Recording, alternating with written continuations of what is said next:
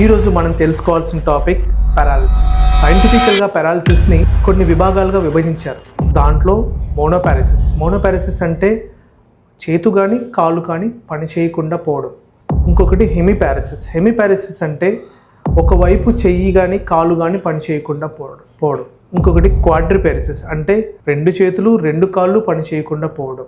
ఇంకో విభాగమైన క్లాసిఫికేషన్ వచ్చేసరికి LMN paralysis are యుఎంఎన్ paralysis. దీంట్లో మనం మాట్లాడుకోబోయే టాపిక్ పేరు హెమిపారాలిసిస్ అంటే ఒకవైపు కాలు చేతు పని చేయకుండా పోవడం. ఈ హెమిపారాలిసిస్ గల కారణాలు వచ్చేసరికి జనరల్గా హెమిపారాలిసిస్ అనేది డయాబెటిక్స్లో, బీపీ ఎక్కువ ఉన్న పేషెంట్స్లో, లేదా మందు ఎక్కువ తీసుకునే వాళ్ళలో, లేదా స్మోకర్స్లో, స్ట్రెస్ ఎక్కువ ఉన్న వాళ్ళలో వచ్చే అవకాశం ఉంటుంది.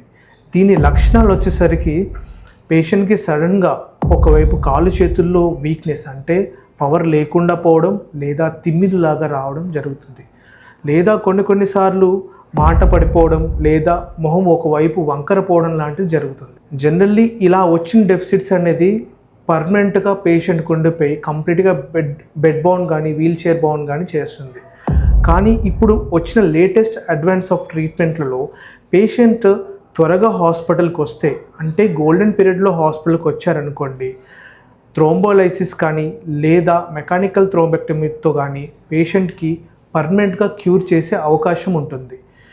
ఇప్పుడున్న రీసెంట్ గైడ్లైన్స్ ప్రకారం మెకానికల్ థ్రోంబోలైసిస్ అనేది 4.5 to 9 hours లోపు ఎప్పుడు చేసినా దాని ఫలితం ఉంటుంది.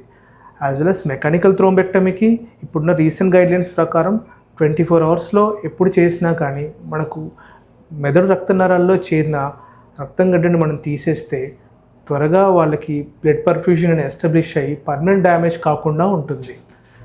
ఇందాక నేను చెప్పిన టాపిక్ పైన మీకు ఇంకేదైనా డౌట్స్ ఉంటే నాకు కాల్ చేయండి. నా నెంబర్ వచ్చేసరికి 8885495750. నేను మీ డాక్టర్ రాజేష్, మీ ఫ్రెండ్లీ డాగ్.